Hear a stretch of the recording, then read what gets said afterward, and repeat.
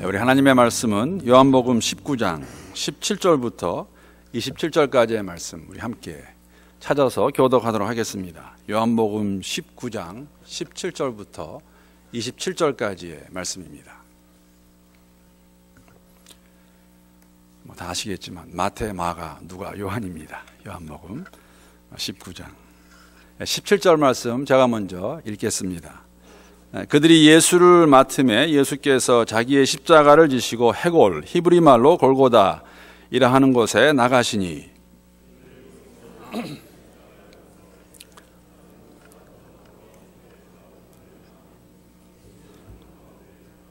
빌라도가 패를 써서 십자가 위에 붙이니 나사렛 예수 유대인의 왕이라 기록되었더라. 예수께서 못 박히신 곳이 성에서 가까운 고로 많은 유대인이 이 패를 읽는데 히브리와 로마와 헬라 말로 기록되었더라. 유대인의 대제사장들이 빌라도에게 이르되 유대인의 왕이라 쓰지 말고 자칭 유대인의 왕이라 쓰라 하니 군인들이 예수를 십자가에 못 박고 그의 옷을 취하여 네 깃에 나눠 각각 한 깃씩 얻고 속옷도 취하니 이 속옷은 호지 아니하고 위에서부터 통으로 짠 것이라.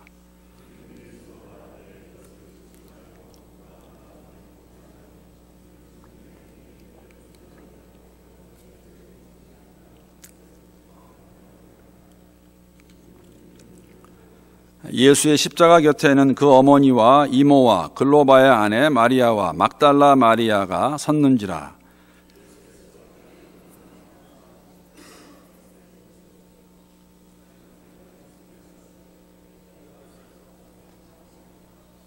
우리 함께 읽겠습니다. 또 그 제자에게 이르시되 보라 내 어머니라 하신대 그때부터 그 제자가 자기 집에 모시니라. 아멘. 하나님의 말씀입니다. 우리 한번 화답하겠습니다. 할렐루야. 우리 고난주간을 맞이하여서 이렇게 매일 저녁에 모이게 되는데 저는 꼭 매일이 수요일 같습니다. 수요일에는 스케줄과 같이 저녁에 모이니까.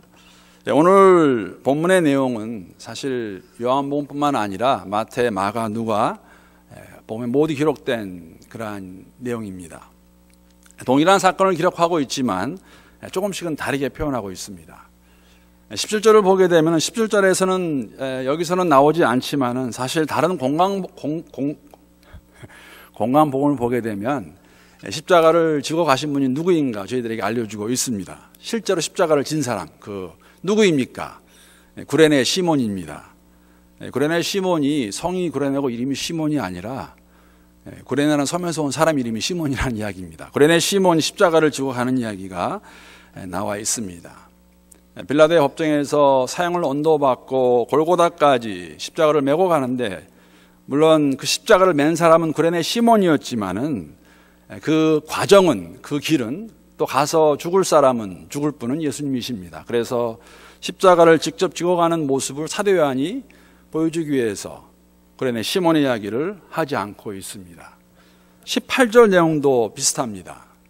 오늘 예수님께서 같이 죽어가는 그 두 사람의 모습을 그리고 있는데 우리는 이 사람들이 어떤 사람인지 알고 있습니다. 마태복음과 마가복음 보게 되면은 이 사람들을 강도들이라고 부르고 있고 누가복음에서는 행악자라고 그렇게 부르고 있습니다.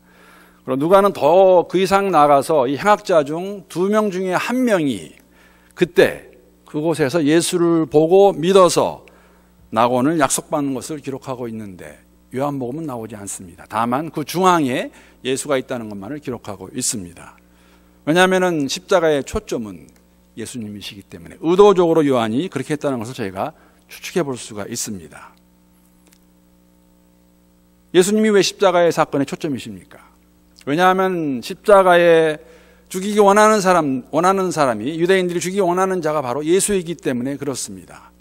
예수는 왜 죽음을 당하셔야 됐을까? 이들이 건 이유는 신성모독입니다. 예수라는 자가 스스로 자신이 하나님의 아들이라고 말했다. 그런데 우리가 알고 있다시피 종교 지도자들은 예수를 그렇게 받아들일 수 없습니다. 저 촌구석 갈릴리에서 가난한 목수의 아들로 난 그 사람이 어떻게 메시아가 될 수가 있느냐. 이렇게 보잘것없고 하찮은 자가 어떻게 메시아라고 말할 수 있겠느냐. 그런데 군중들은 그를 따르고 그를 인정하기 시작합니다. 그가 가르칠 때에 그의 가르침은 다른 사람들과 같지 않았습니다. 다른 랍비들의 가르침과 같지 아니하였고 또 기사 이적을 행하신 걸 보면서 사람들은 그에게 찾아옵니다. 그것을 보고 그들이 생각하는 것이죠. 더 이상 보고 있을 수 없다. 그래서 그들은 자신의 율법에 의해서 정죄하여 신성모독은 가장 큰 죄명입니다. 예수를 죽이기로 작정합니다. 그런데 문제는 로마 제국의 아래에 있던 통치 아래에 있던 그들에게는 사형을 집행할 권한이 없습니다. 자신들의 율법으로 그를 죽이기 원하지만 할 수 없기 때문에 그를 데리고 빌라도에게 가서 빌라도에게 사형을 언도하라고 말합니다. 빌라도가 아무리 보아도 앞뒤 좌우를 보아도 예수를 죽일 만한 이유가 없습니다. 죄가 없습니다. 그들의 시기와 질투라는 것임을 알고 있기 때문에 그를 풀어주려고 합니다. 놓아주려고 하는데 그때 종교 지도자들은 빌라도가 자신들의 요구에 예스라고 할 수밖에 없는 아주 치명적인 말로 그를 위협합니다. 그 위협의 내용이 요한복음 19장 12절입니다. 거기에 보시게 되면 이러함으로 빌라도가 예수를 놓으려고 힘썼으나 유대인들이 소리질러 이르되 이 사람을 놓으면 가이사의 충신이 아니니이다. 무릇 자기를 왕이라 하는 자는 가이사를 반역하는 것이니이다. 엄청난 고소입니다. 만약에 빌라도 당신이 예수를 놓아주게 되면은 당신은 로마 제국 황제의 충신이 아니라는 것이에요. 왜?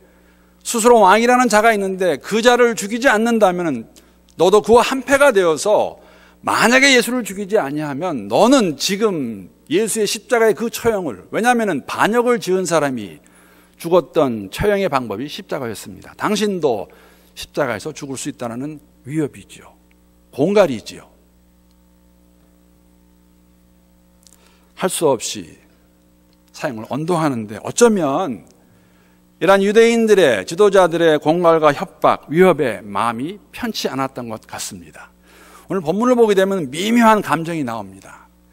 이 빌라도와 유대 종교 지도자들의 십자가 위에 예수가 어떤 이유로 쓰는가를 써놨지요. 근데 그 제목이 뭐냐면은, 죄패에 써 있는 것이 뭐냐면은 유대인의 왕이라는 것이었습니다. 이 당시에 십자가에 달리는 죄수는 그의 목에다가 죄패를 걸고 가게 되어 있었고, 그 다음에 십자가에 달릴 때는 그 죄패를 십자가 위에 달게 되어 있었다고 합니다. 오늘 본문을 통해서 알 수 있는 것은 뭐냐면 이 죄패는 빌라도가 쓰게 해서 만든 것입니다. 빌라도는 분명히 알고 있었습니다. 예수를 죽이기 원하는 것은 예수가 죄를 지어서가 아니라 이들이 괴략을 꾸며서 이들의 시기와 질투로 인해 죽임을 당해야 된다는 것이죠. 그래서 그들이 말하는 대로 유대인의 왕이라고 했기 때문에 유대인의 왕이라고 써서 붙였는데 유대인들은 그것을 좋아하지 않습니다. 그 앞에다가 자칭이란 말을 넣으라는 것이죠. 21절에 그 내용이 기록되어 있습니다. 유대인의 대제사장들이 빌라도에게 이르되 유대인의 왕이라 쓰지 말고 자칭 유대인의 왕이라 쓰라 라고 요구합니다. 그런데 빌라도가 이 요구를 거절합니다. 왜 그랬을까? 한편으로는 마음이 안 좋았던 것 같고 또 한편으로는 빌라도도 모르는 가운데 예언을 이루는 것이죠. 유대인의 왕이라는 것. 근데 흥미로운 것은 여러분, 유대인의 왕이라는 것을 히브리어로만 쓰지 않고 두 가지 다른 언어와 함께 씁니다. 20절 말씀 보게 되면은 예수께서 못 박히시던 곳이 성에서 가까운 거로 많은 유대인들이 이 패를 읽는데, 여기는 지금 예루살렘 성 근처이기 때문에 히브리와 로마와 헬라어 말로 기록되었더라. 굉장히 흥미롭습니다. 사실 히브리 말로 쓰면 됩니다. 왜냐하면 이 표현들이 보여주면 되는 것이니까. 그런데 당시에 로마 제국의 로마색이 공용어였던 헬라 말이죠. 로마인들의 언어였던 로마어, 그리고 동시에 현지 언어였던 히브리어로 유대인의 왕이라고 써서 십자가 위에다가 붙여 놓습니다. 오늘말로 하면은 영어와 아마 우리 일제 그 통치 시대를 보게 되면 일어와 조선어 그런 거겠죠. 예수가 유대인의 왕 된 것을 세상에 공포하는 십자가의 죽음을 통해서 보여주고 있습니다. 절대 우연은 아닙니다. 빌라도는 모르고 한 것이지만 이것이 하나님께서 원하셨던 그 일을 공포하고 있는 것이죠. 사도 요한이 요한복음을 읽는 독자들과 오늘날 이 복음서를 읽는 우리 모든 사람들이 알기 원하는 목적이 있었습니다. 2000년 전에 팔레스타인에 성육신으로 오신 예수는 십자가의 죽음을 통해서 불순종의 자녀, 진노의 자녀인 우리들을 사망 권세로부터 이기고 새로운 삶을 허락하시는 새 생명을 주시는 왕, 메시아, 그리스도임을 알기 원하고 증명하기 위해서 요한복음을 썼다는 것이죠.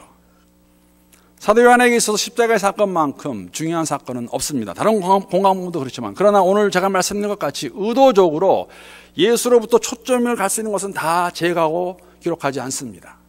구레네 시몬의 얘기도 나오지 않고 같이 죽은 자들이 강도다, 행악자다 말하지 않습니다. 왜냐하면 모든 초점은 예수입니다.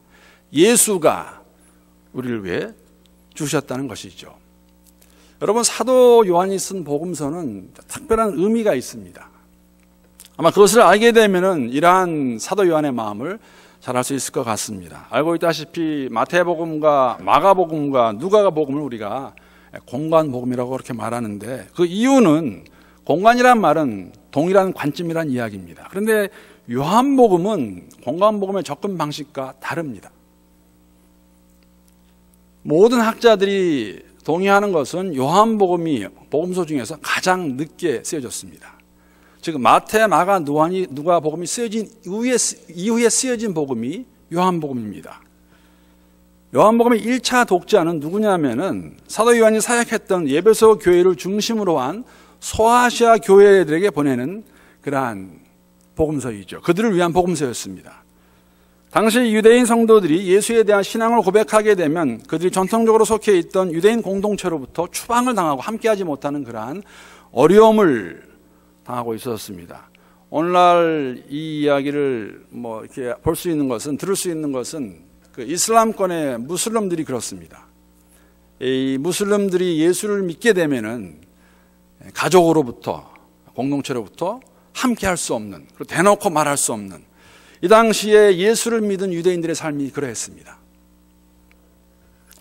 그렇기 때문에 사도 요한은 요한복음을 통해서 예수가 하나님의 아들로서 그를 믿는 것이 곧 하나님을 믿는 것이고 그가 동일한 것을 확인시켜주기 위해서 쓴 것입니다. 다시 말씀드리면은 예수님은 본래 하나님의 아들이신데, 삼일체 하나님이신데 우리와 같이 되신 이유는 우리로 하여금 하나님을 더 잘 알게 하기 위해서 했다는 것을 변증적으로 예수가 1장 1절 말씀, 태초에 계신 그 말씀이 하나님과 함께 하셨고 하나님이라는 것을 증명하고 있는 것이죠.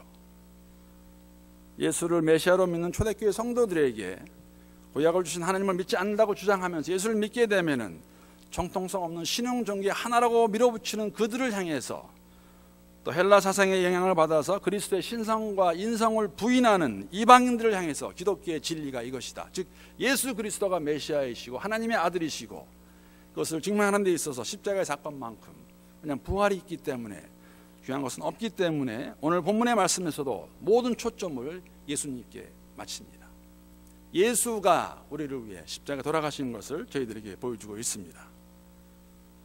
이 본문 가운데 오늘 제가 좀 더 이렇게 강조해서 보기 원하는 것은 마지막 부분에 나와 있는 예수님의 외침, 그 외침 가운데 마리아를 향하는 외침이 있고 요한을 향하는 외침이 있는데 그 의미가 무엇일까?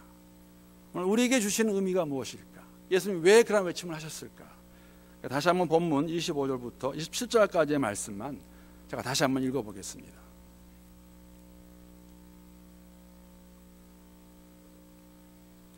예수의 십자가 곁에는 그 어머니와 이모와 글로바의 아내 마리아와 막달라 마리아가 섰는지라. 예수께서 자기의 어머니와 사랑하시는 제자가 곁에 서 있는 것을 보시고 자기 어머니께 말씀하시되 여자여 보소서 아들이니라 하시고 또 그 제자에게 이르시되 보라 내 어머니라 하신대 그때부터 그 제자가 자기 집에 모시니라. 요한복음 19장을 보게 되면은 오늘 이 십자가 밑에는, 바로 그 밑에는 두 부류의 사람이 있습니다. 두 부류의 사람. 오늘 25절에 물론 여인들 이름만 나옵니다. 4명의 여자의 이름이 나오는데 3명의 이름이 마리아예요. 그 당시에 마리아가 정말 흔한 이름이었던 것 같습니다. 그러나 기록되어 있는 그 여자들의 이름을 여자들 말고도 우리가 알고 있는 것은 예수를 십자가에 못 박은 로마 군병들이 있었습니다. 로마 군병들은 힘으로 세상을 정복하고 다스리는 로마 제국과 그 통치 아래서 자신들의 율법을 제일 잘 지키고 있다고 생각하는 유대인 지도자들, 즉 자신들이 역사의 주인이라고 착각하며 살아가고 있는 자들을 상징적으로 보여주는 것이 로마 군병들입니다. 힘이 있으면, 이것을 잘하면 우리가 역사의 주인으로 살 수 있다는 그러한 사람들이죠. 그런가 하면은 죄도 없이, 아무 죄도 없이 십자가에 죽어가는 예수 앞에서 그분을 자신들의 주인됨으로 인정하고 순종하는 자들, 그 상징이 바로 4명의 여자들이라는 것이죠. 모친과 이모와 그리고 이름을 알 수 없는 무명의 여인 글로바의 아내라고 나와 있어요. 그리고 또 다른 막달라 마리아가 그곳에 있습니다. 오늘 본문을 가지고 제가 연민의 외침이라는 제목을 붙인 이유는 예수님께서 모친 마리아를 향한 마음을 가지고 이런 말씀하시는 것뿐만 아니라 외치는 것뿐만 아니라 사실은 자신을 죽이는 군병들을 향해서도, 그 무리를 향해서도 외친 말씀이 있었는데, 그 외침은 연민에서 나왔다는 것이죠. 연민, 한국말로는 연민이라고 제가 했는데 영어로는 compassion입니다. 그 측은히 여기는 마음. 로마 군병들 향해, 그 자신을 죽이는 자들 향해 외친 그 compassionate heart의 마음은, 그 외침은 내일 함께 볼 것입니다. 그들 향해서 용서해달라고 외치는 그 예수님의 절규, 그것은 그들을 향한 연민에 나왔다는 것이죠. 오늘은 그 어머니와 요한을 향해서 이러한 외침을 하시는데 그 의미가 무엇일까? 여러분, 연민이라는 단어, 측은히 여긴다라고 말씀드렸고 영어로 compassion이라고 그러는데 이것은 동정심과는 다른 것입니다. 우리가 남의 어려운 사정을 보거나 나보다 못한 사람을 보면서 참 안 됐다, 그렇게 여기는 마음 정도가 아니라는 것이에요. 우리가 갖는 동정심은 사실은 어떨 때는 해주고 싶어도 할 수가 없어요. 왜? 내가 그러한 위치나 환경에 있지 아니하면 베풀 수 없는 것이 동정심을 가지고도 할 수 없는 상황이라는 것이죠. 그게 실질적인 모습이지만 측은히 여기는 마음은 이런 나의 형편에 상관없이 그럼에도 불구하고 상대방을 위하는 마음, 그리고 행위로 나오는 마음이 측은히 여기는 마음입니다. 예수님께서는 우리를 측은히 여기셨기 때문에 자신을 다 버려서 십자가에 돌아가심에도 불구하고, 그럼에도 불구하고 우리를 연민을 가지고 십자가에 돌아가셨다는 것이죠. 그 마음으로 지금 모친을 향해서, 요한을 향해서 그렇게 말씀하십니다. 부탁하시는 것이죠. 여러분, 그런 생각 해보셨는지 모르겠어요. 지금 십자가에서 죽어가시는 예수를 보면서 가장 마음 아파한 사람이 있다면 누구였을까요? 네, 어머니 막달라 마리아입니다. 정말 마리아는 잘 알고 있지 않습니까? 잉태했을 때부터 자기가 처녀의 몸인데 갑자기 잉태가 됨을 천사가 와서 알려주지요. 성령의 잉태함으로라고 이렇게 말해줬을 때 마리아가 그것을 알고 있었습니다. 내가 낳을 아이는 내 몸을 통해 나오는 아이지만은 하나님께서 주신 아이라는 것, 즉 하나님의 아들이라는 것을 알고 있었습니다.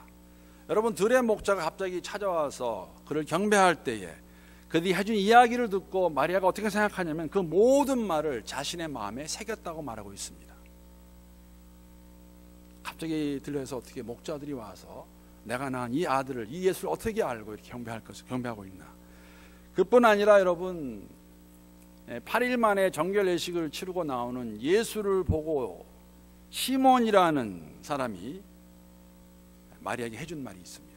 그 말이 어디 있냐면은 누가복음 2장 34절, 35절에 그 내용이 기록되어 있습니다. 거기에 보게 되면은 시몬이 그들에게 축복하고 그의 어머니 마리아에게 말하여 이르되, 보라, 이스라엘 중 많은 사람을 패하거나 흥하게 하며 비방을 받는 표적이 되기 위하여 셈을 받았고, 예수의 삶에 대해서 그가 말해 주었습니다. 예수로 인하여 흥하거나 패할 것이다. 그 다음에 35절에 보게 되면 또 칼이 내 마음을 찌르듯 하리니, 이는 여러 사람의 마음의 생각을 드러내려 함이라 하니라. 칼이 내 마음을 찌르듯 하리라. 여러분, 아마 이때 마리아의 마음이 이러한 마음이었을 것입니다. 자기 눈앞에서 십자가에서 참혹하게 죽어가는 아들을 보면서 그의 마음은 칼로 도림을 당하듯이 아픔이 있었을 것입니다. 이런 시몬의 말을 기억하지 못한다 할지라도 여러분 다 알고 있지 않습니까? 자신의 아들이 이런 죽음을 당하는데 바로 눈앞에서 보고 있는데 마음이 어찌 아프지 않겠습니까? 그 어느 부모가 자녀가 힘들어하고 어려워하는데 육체의 고통이 되었건 심적인 어려움이 되었건 그것을 보면서 내가 대신 아파해 주겠다는 마음을 가지지 않는 부모가 어디 있겠습니까? 아마 이 자리에서 십자가 밑에서 가장 마음이 아픈 자가 있었다면 마리아였을 것입니다. 어떻게 내 아들이 이렇게 죽을 수 있을까? 그런데 그런 모친 마리아의 마음을 또 제일 잘 아시는 분이 예수님이세요. 우리는 서로를 향한 어머니와 아들의 마음을 볼 수가 있는데 십자가의 죽음을 당하는 마지막 순간 고통 가운데서 육신의 어머님을 향하여 이렇게 말씀하십니다. 여자여 보소서 아들입니다. 무엇을 들을 수 있을까? 왜 예수님께서 마지막 가상 7원 중에서 어머님 마리아를 향해서 여자여 보소서 아들입니다 하셨을까? 그리고 더 흥미로운 것은 고개를 돌려서 요한에게 그렇게 말씀하십니다. 내 어머니이다. 무슨 의미일까? 여러분, 만약에 우리가 이것을 들으면서 물론 그런 면도 있습니다. 죽어가는 그 순간까지 어머니를 생각하는 효심 좋은 아들의 모습으로 볼 수 있습니다. 그런 마음도 있겠지요. 그러나 만약 그것을 그냥 부모들은 이것을 가지고 봐라, 죽어가는 마지막 순간까지도 부모를 위한 그 마음을 너희가 좀 본받아라. 또 나는 아들로서 딸로서 나도 이렇게 부모를 잘 섬겨야겠다라고만 받는다면, 그러한 교훈으로만 받는다면 어딘지 모르게 요한이 이 글을 쓴, 이 외침을 쓴 이유가 목적이 이것일까 하는 생각을 버릴 수가 없습니다. 그렇게 된다면 성경에서도 효를 가리키고 있구나라고 끝날 것입니다.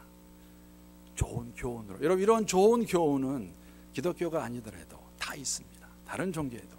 특히 유교에 그런 거 많지 않습니까? 부모를 공경하라, 효를 다하라.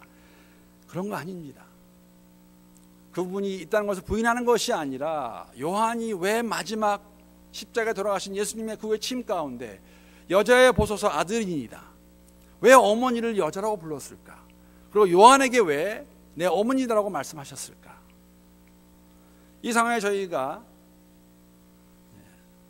두 단어를 생각해 볼 필요가 있습니다. 무엇이냐면은 여기서 하나는 뭐냐면 어머니 마리아를 여자라고 부른다는 것이죠. 그리고 여기서 예수님이 사랑하시는 제자는 요한복음을 보게 되면은 바로 사도 요한을 가리키고 있습니다. 그런데 왜 요한이라고 말하지 않고 예수가 사랑하시는 제자라고 이렇게 표현하고 있을까? 그리고 두 사람을 왜 이렇게 묶어주는 것일까? 무엇이라고 생각하십니까? 여러분 아시고 계실 거예요. 예수님께서 어머니를 여자라고 부르는 것은 요한복음에 딱 2번 나옵니다. 기억나시죠? 첫 번째가 언제입니까? 가나의 혼인잔치에서. 여러분, 가나의 혼인잔치는 무엇을 의미합니까? 예수님의 공생의 시작을 의미합니다. 30년간 사생애를 사셨다가 요한의 아들로 사시다가 그 다음에 공생애를 시작하시면서 가장 처음 행하신 기적이 가나의 혼인잔치에서 기적입니다. 그때 마리아가 말하죠. 야, 지금 잔치집에 포도주가 떨어졌다. 내가 좀 어떻게 해보라. 여자여, 이 일이 나와 무슨 상관이 있나이까? 어머니를 무시하는 것이 아니라 이러한 일은 본인이 누구인가를 나타내는 데 사용되는 것이기 때문에 상관하지 말라는 것이었죠. 공생의 시작에서 예수님께서 막달라 마리아를 향해서, 어머니 마리아를 향해서 여자라고 불렀습니다. 오늘 십자가의 이 사건은 어떤 사건입니까? 공생의 마지막 사건입니다. 이렇게 말씀하시고 돌아가실 것입니다. 즉 처음부터 마지막까지 공생의 모든 걸 알고 있는 어머니 마리아를 향해서 하시는 말씀이 뭐냐면은 여자여 보소서 아들이니다라고 말씀하십니다. 모친 마리아만큼, 막달라 마리아가 아니라 모친 마리아만큼 예수님이 어떠한 분이셨나 처음부터 마지막까지 모든 것을 알고 있고 그것을 묻은 분이 누구냐고 말한다면은 마리아라고 말할 수 있습니다. 여기서 나오는 여자는 여러분 예수를 믿는 자들을 대표하고 있는 것을 저희들에게 보여주고 있습니다. 예수의 공생의 삶을 보면서 그가 가르쳤던 그 천국 복음과 당신이 메시아라는 것을 증명하기 위해서 하셨던 그 기사와 이적들, 그것을 다 알고 계시는 어머니 마리아가 그것을 믿었기 때문에 그 모든 사람을 대표하는 것이 여자 마리아라는 것이죠. 여자라는 것이죠. 예수가 사랑하는 제자는 누구입니까? 사도 요한입니다. 실제 인물입니다. 그러나 예수님이 사랑하는 제자는 실제 인물 이상이라는 것이죠. 왜냐하면 여러분과 저도 예수님이 사랑하는 자들입니다. 의미는 마리아와 사도 요한은 이제 예수 안에서 새롭게 형성된 새로운 가족을 보여주고 있는 것이에요. 요한아, 이 사람이 너의 어머니다. 어머니 말이 여자의 보소서, 이 자가 당신의 아들입니다. 예수 안에서 새롭게 형성된 가족의 모습. 마리아와 사도 요한은 어떤 면에서 예수를 정말 잘 따랐던, 예수를 믿고 그분을 의지했던 모범적인 제자라고 말할 수 있다는 것이죠. 너희가 이제는 내 안에서 다른 사람들이 아니고 다른 가족이 아니라 한 가족이다. 내 피로 사는 교회라는 것을 저희들에게 보여주고 있습니다. 예수 안에서 한 형제와 자매, 어머니와 아들이 되는 예수 가정, 예수 공동체, 교회의 모습을 저희들에게 외침을 통하여 보여주고 있다는 것입니다. 우리 이 장면을 보면서 교회가 어떻게 이루어지고 어떠한 관계를 가지고 나아가는 것을 볼 수 있습니다. 교회는 여러분 예수 안에서 그리스도의 보혈로 하나가 된 공동체로서 처음부터 끝까지 예수만을 바라보고 나가야 되는 걸 저희들에게 보여주고 있는 것이죠. 예수님께서 우리를 향한 측은 여기는 마음을 가지시고 우리에게 돌아가셨고 그 피의 대가로 우리에게 새로운 가족, 새로운 공동체를 주셨습니다. 사실 우리가 이 땅에 살면서 하나님이 세우신 교회를 통하여서 하늘나라의 모형을 경험할 수 있어야 되는데 왜? 십자가 안에서 그리스도의 보혈 안에서 우리가 한 형제자매가 되었기 때문에. 이것이 가능할까? 여러분 가능할까요? 가능합니다. 오늘 17절의 본문의 17절의 말씀은 이것이 어떻게 가능할 저희들이 보여주고 있어요. 17절 말씀 함께 읽겠습니다. 시작. 그들이 예수를 맡으며 예수께서 자기의 십자가를 지시고 해골이라 하는 곳에 나가시니. 예수께서 자기의 십자가를 가지고 갔다고 말씀하고 있습니다. 자기 십자가를 지시고. 예수님 많이 말씀하셨어요. 여러분 건강보험에 다 나오는 얘기입니다. 내가 나를 따르기 원하느냐? 내 십자가를 지고 내 자신을 비우고 나를 따르라고 말씀하시는 것이죠. 마태복음 16장 24절에 보게 되면 이 예수께서 제자들에게 이르시되 누구든지 나를 따라오려거든 자기를 부인하고 자기 십자가를 지고 나를 따를 것이니라. 동일한 말씀 마가복음에 보게 되면 무리와 제자들을 불러 이르시되 누구든지 나를 따라오려거든 자기를 부인하고 자기 십자가를 지고 나를 따를 것이니라. 누가복음에 보게 되면 또 무리에게 이르시되 아무든지 나를 따라오려거든 자기를 부인하고 날마다 제 십자가를 지고 나를 따를 것이니라. 조금은 달라요. 동일한 내용인데 약간씩 다릅니다. 마태복음에서는 말씀하시는 무리가 상대가 제자들이에요. 마가복음에서는 군중과 제자들입니다. 누가복음에서는 무리만 나오고 있습니다. 의미는 예수를 따르기 원하는 모든 사람들에게 하시는 말씀이에요. 무리가 되었던 제자가 되었던 그 모든 자들에게 너희가 나를 따르기 원하느냐? 그럼 이것을 하여라. 내 자신을 부인하고 자기의 십자가를 지고 따라갈 것이다. 그런데 누가복음에 되면 십자가를 지고 따라가는 삶은 여러분 우리가 생각날 때, 원할 때, 주일날만 와서 누가 볼 때가 아니라 날마다입니다. 날마다 나를 쫓으라고 말씀하셨어요. 예수님 말씀만 하셨나요? 아니에요. 예수님은 자기의 십자가를 지고 가셨습니다. 그 십자가가 십자가의 죽음입니다. 그렇다면 여러분과 저는 이 예수를 따른다고 고백하는데 여러분 우리가 매일매일의 삶 속에서 여러분이 지고 가는 십자가가 무엇입니까? 예수 믿기 때문에, 예수가 우리의 주인이기 때문에 여러분과 제가 매일매일 삶 속에서 지는 십자가, 나를 위해 지는 것이 아니라 예수의 지는 십자가가 무엇입니까? 자신을 부인하는 삶. 예수가 그 길 먼저 가시고 이 고난주간을 지나신 다음에 금요일날 십자가에서 돌아가신다는 것이죠. 그 길까지 여러분과 제가 가는 길이 무엇입니까?